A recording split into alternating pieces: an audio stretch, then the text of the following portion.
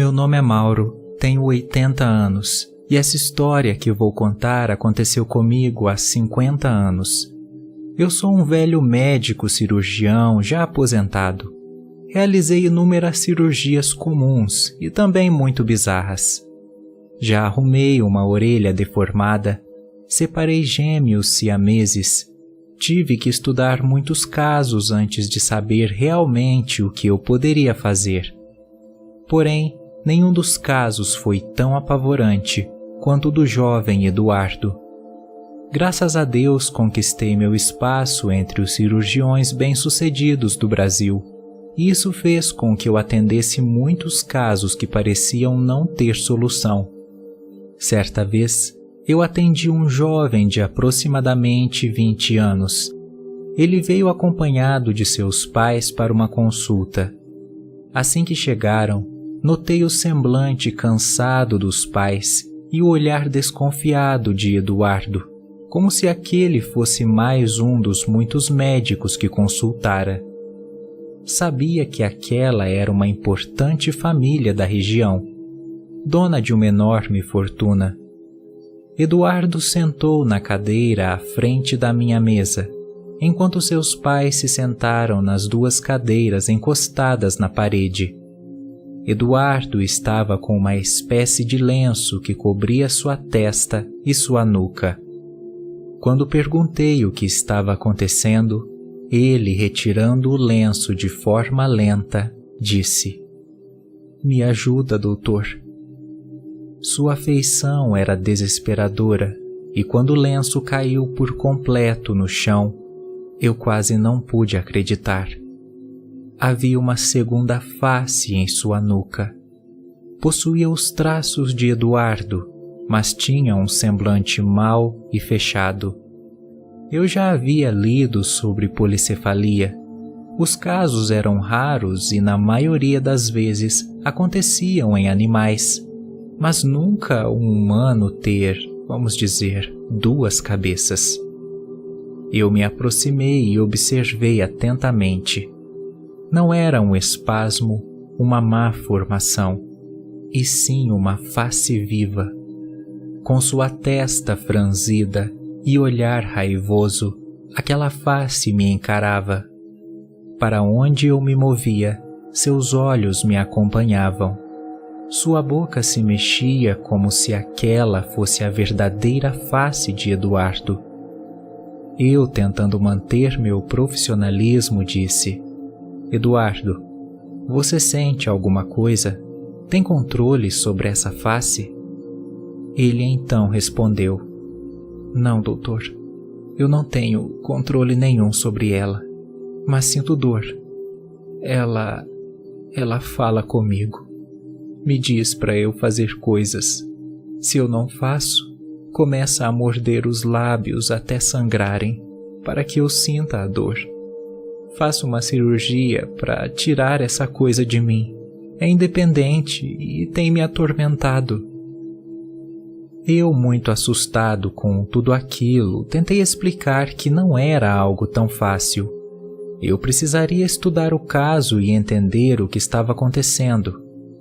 A mãe se levantou da cadeira e, desesperada, disse: "Nós já fomos em todos os cirurgiões e todos disseram que a remoção não era possível. O senhor é nossa única salvação, doutor." Eu então sugeri de passar alguns dias com Eduardo. Pedi permissão para passar alguns dias na mansão deles e eles toparam. Durante os primeiros dias, eu só observava. Não ficava muito perto nem fazia perguntas. Eduardo sempre tentava ignorar a face, mas quando ela se sentia ignorada, fazia coisas que o deixava perturbado. Ele mexia sua cabeça rapidamente de um lado para o outro, como se estivesse se desviando de um mosquito, e aquilo claramente o incomodava. Mas não ouvia a face conversar com ele. Certa vez eu perguntei se isso acontecia, se ela realmente falava. Logo ele respondeu: "Conversa sim, mas ela faz de propósito. Só me fala coisas quando estou sozinho, Me fala que é o diabo, que vai me atormentar pelo resto da minha vida. Eu não fiz nada para merecer isso. Por que me diz essas coisas? O pior é que meus pais não acreditam em mim. Acham que ela é só uma má formação. Mas é outro ser. Eu sinto isso. Eu fiquei muito intrigado com aquilo, até que, durante a noite, quando estava passando pela porta do seu quarto para ir dormir, vi que Eduardo já estava dormindo. Então, lentamente, terminei de abrir a porta e cheguei perto. Ele estava virado de costas e a segunda face estava virada para mim, mas dormindo também. Eu então me aproximei mais para examinar aquilo e, de repente, ela arregalou os olhos e disse: "Você está atrasando meus planos, doutor. Vá embora daqui. Eu preciso fazer esse jovem se matar." Nessa hora eu caí para trás e fiz o sinal da cruz. Ela então deu uma risada rouca e disse: "Isso não me incomoda, não. Sou o diabo, mas agora tenho um corpo. Vai ser difícil me expulsar daqui. Agora me deixa dormir." Eu saí do quarto com o coração disparado. Eduardo realmente tinha razão. Aquilo era uma entidade maligna.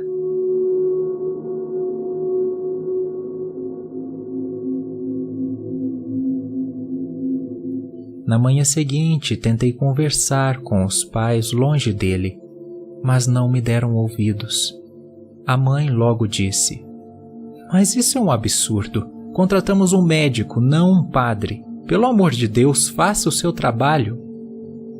O pai não disse uma só palavra e abaixou a cabeça. Eu me aproximei dele e disse: "Você tem que acreditar em mim. O diabo quer matar seu filho e é isso que ele vai fazer. Foram anos de tortura desde seu nascimento. Ele vai acabar se matando. Aquela coisa o atormenta dia após dia. Perto de vocês parece algo controlável, mas ontem eu vi a verdade e estou contando para vocês agora. Não é de um médico que precisamos, e sim de um exorcista." Nessa hora, a mãe de Eduardo deu um tapa no meu rosto, e ele, do alto da escada, estava escutando toda a conversa. No desespero, ele saiu correndo. Todos nós fomos atrás dele e, quando chegamos em seu quarto, os lençóis já estavam amarrados na grade da sacada, formando uma corda. Ele estava se preparando desde antes do sol nascer. E quando nos aproximamos, vimos seu corpo pendurado embaixo da sacada, com o lençol passado no pescoço. Ele havia se matado. A mãe se afastou e caiu no meio do quarto chorando. O pai ficou a consolando e eu me aproximei mais uma vez para ver o corpo.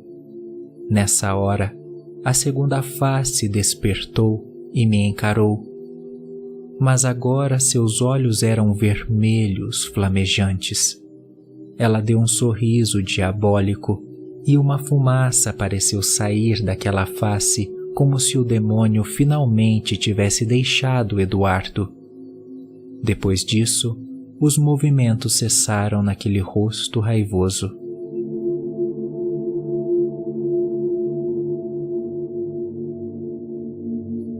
Mesmo depois de alguns dias desse terrível ocorrido, a mãe não acreditou em mim e quis até me culpar por o que tinha acontecido.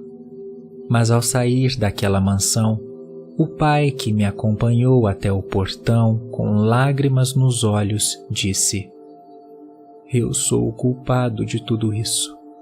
Você estava certo, doutor. Ele veio levar meu filho. Eu é que não queria acreditar. Antes dele nascer, fiz um pacto com o diabo para ter sucesso, mas o preço seria perder algo que me custaria muito caro. Pensei ser algo material, mas não. Foi meu filho. Se você contar para alguém sobre isso, eu acabo com sua carreira. E você sabe que eu tenho poder para isso. Minha esposa nunca poderá saber. Esse fardo vou levar para o túmulo. Eu, sem dizer uma só palavra, tirei as mãos que ele havia colocado em meu ombro quando me ameaçou e saí daquele lugar. Eu nunca comentei realmente para ninguém isso. Não adiantaria. O mal já havia se cumprido. O que eu faço até hoje é rezar pela alma de Eduardo. Deus é misericordioso. Tenho certeza que também está lutando pela alma desse jovem.